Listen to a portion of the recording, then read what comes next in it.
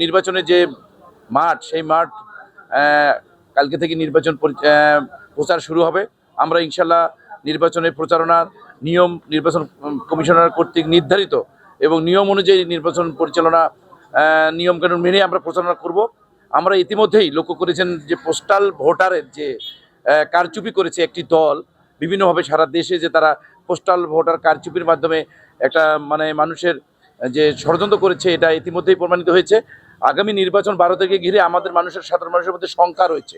শঙ্কাটা এরকম যে তারা বিভিন্নভাবে আমাদের লোকজন এবং যারা আদিবাসী, তারপর হচ্ছে হিন্দু সম্প্রদায়ের মানুষদের কাছে হুমকি দিচ্ছে ভোট কেন্দ্রে যাওয়ার জন্য। ইতিমধ্যে পীরগঞ্জে এক চৈত্রকল ইউনিয়নে এক আদিবাসী মহিলাকে বলছে যে যদি তাদের মার্কায় ভোট না দেওয়া হয় তাহলে ভোট কেন্দ্রে যাওয়া যাবে না। এই ধরনের হুমকি ধামকি লক্ষ্য করেছি।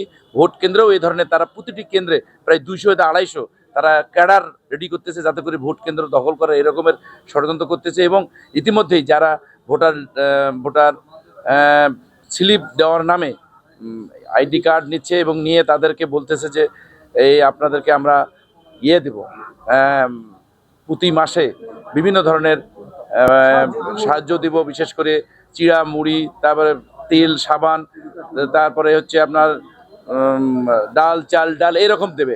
আমরাও একটা আপনাদেরকে করবো, এই ধরনের কথা বলে মানুষদেরকে মত ভিন্ন দিকে প্রভাব করার জন্য একটা পরিকল্পনা করছে। এবং সাধারণ মানুষ, মহিলারা আমাদেরকে বলছে, তারা এইভাবে বলছে। আমরা নির্বাচন কমিশনের কাছে নিবেদন করছি তেনারা যেন এই বিষয়টা একটু দেখে।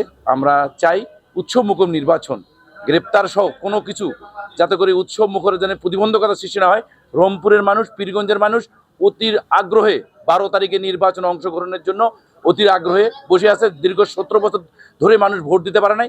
প্রাণের উচ্ছ্বাসের মাধ্যমে আগামী দিনে এবং ধানের শীষের ভোটের দেওয়ার মাধ্যমে রংপুরের মানুষ বদলে দেবে।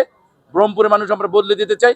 আধুনিক রংপুর বিনির্মাণের জন্য, আধুনিক পীরগঞ্জ বিনির্মাণের জন্য, আবু সাইদের স্বপ্ন বাস্তবায়নের জন্য আমরা রংপুরবাসী এক পায়ে দাঁড়িয়ে আছি 12 তারিখে ধানের শীষে ভোট দেওয়ার মাধ্যমে।